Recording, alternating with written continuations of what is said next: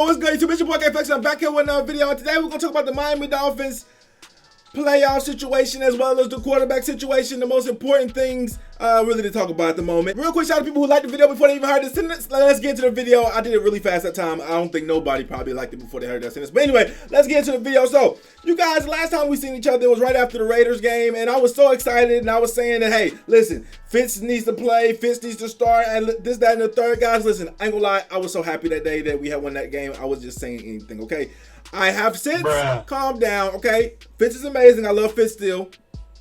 I have since calmed down, and I do understand that, listen, Tua's going to start, all right? Obviously, like Brian Flores says, and Tua needs to start, okay? In that moment, though, when my adrenaline was running, we had just won that amazing game. We had like no probability of winning that game ever. We had just won that game. I was too excited. I ain't gonna lie. The offense was looking amazing. Fitz was out there hooping, and I was just like, you know what? He needs to play.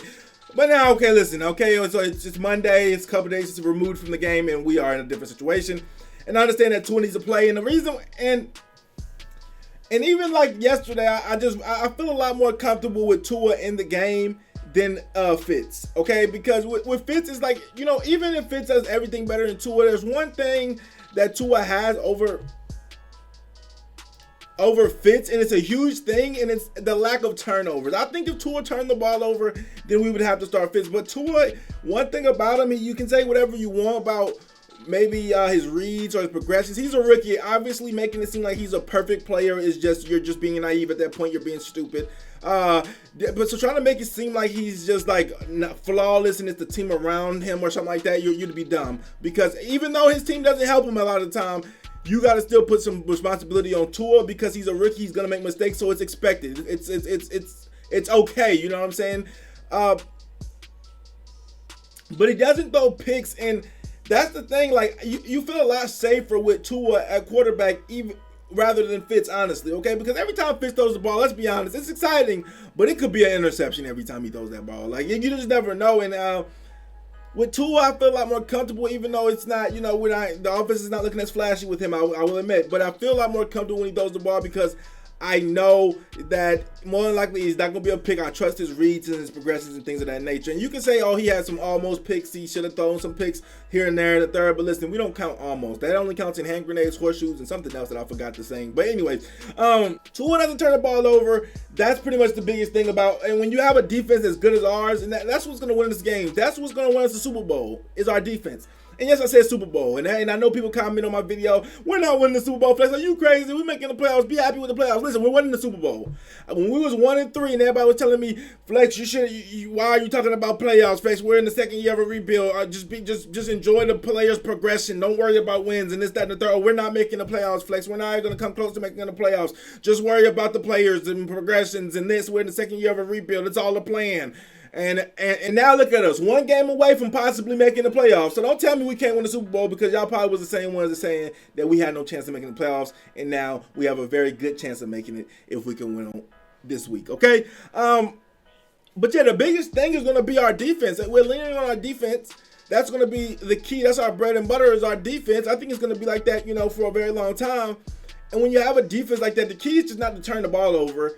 Even if your offense is not the strongest, like you just can't turn the ball over because when you turn the ball over and things of that nature, then you make it, you give them points or field position, and you don't even give yourself your defense a chance to really get stops. Okay, like say if if Tua's in there throwing pick sixes and everything, then we'd be losing, we'd be giving up points, and it wouldn't be because of our defense. And you can't win like that. And when you lose turnover battles, you barely can win like that. Okay, it's only a few games every once in a while where a team loses the turnover battle and still wins the game. It's very hard to do so.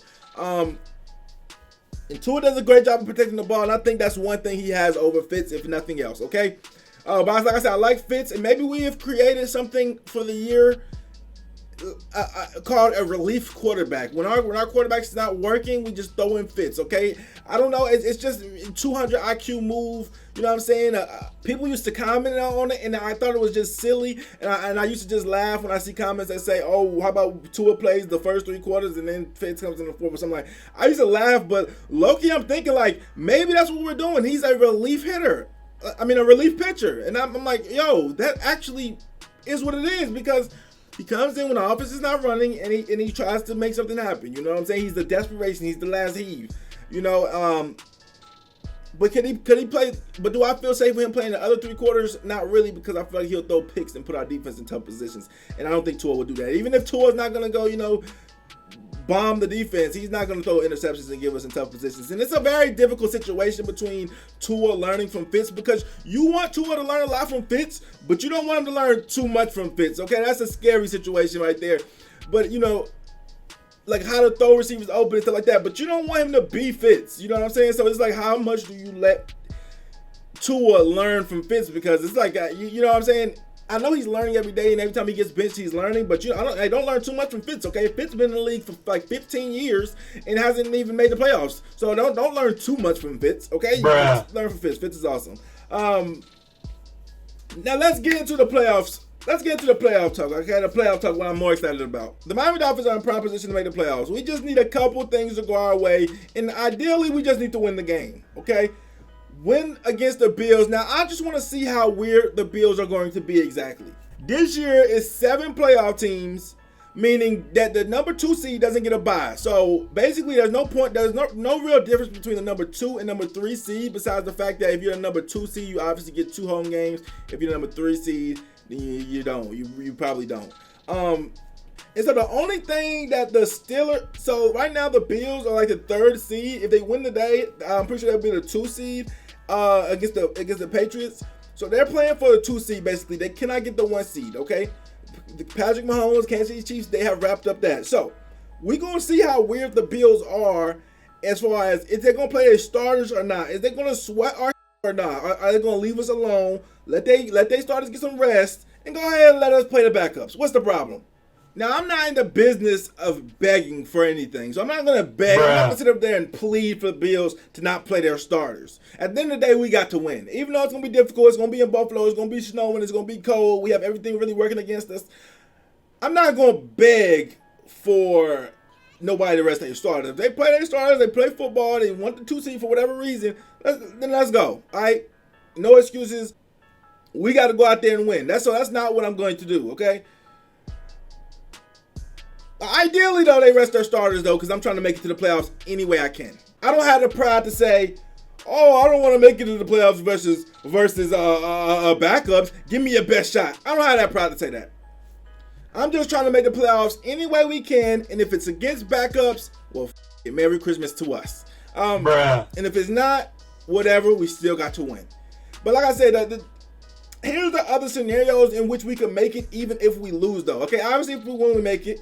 If we lose, then we need the Browns, either the Browns, the Ravens, or the Colts to lose. Now, here's the issue with that, because it sounds like, one of those are going to happen.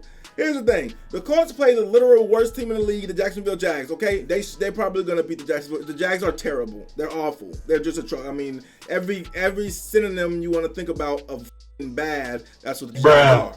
Then you go to Indianapolis, or then you go to Baltimore. They play the Bengals. Wow, not too far off. Any synonym you want to think of awful, they are, okay? We the only team that got to play a hard team. The Browns have to play the Steelers, and this is why I say it just depends on how they care, if they care about seeding or not, because the Browns are going to have to play the Steelers, and I'm going to say this slow so everybody can understand this. The Browns are going to have to play the Steelers. It's going to end up coming down to a situation where the Bills and the Steelers are fighting for a number 2 seed, which no buys. You don't get a bye with that. Now, it just depends on how serious they take it. I know if the Steelers play their starters, they're going to beat the Browns. Meaning, if the Steelers play their starters, we're going to the playoffs regardless. But the Steelers might not care about no bye. Not care about getting the 2nd seed, because there's really no benefits besides the 2 home games. So they might say, F it. They didn't really get a bye week this year. They might just rest Big Ben. You know they got older people. They might just rest Big Ben, rest the guys, and get ready for the playoffs. Right? Meaning the Browns will be playing backups, meaning they probably get an easy win, meaning all 3 of these, like the Browns are 7.5 favorites right now, because I think Vegas knows that the Steelers are going to rest their starters.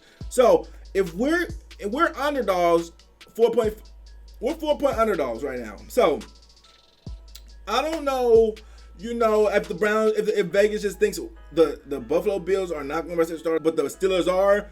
but that's what it seems like. Okay, so basically we just got to win. We can't really depend because I'm talking about I'm not about to sit up here and depend on 3 double-digit underdogs damn near. Okay, well, even though the Steelers are only 7.5, it's damn near 3. It's over a touchdown. I'm not about to sit up here and depend on 3 very bad teams for our playoff hopes. We got to win, and whether Josh Allen and them start or not, I don't care. But we have to win the game. And if we don't win the game, we need to fight on the field because I just want to see something. It's no way we can go out like this. We came too far. We came entirely too far to go out like this. Okay, guys, I'm proud of the team regardless of what happens, but the playoffs will be perfect. Once we make it to the dance, anything can happen. The playoffs would be ideal. We should be playing desperate. We have way more to lose than them. And from there, we'll see what happens, okay?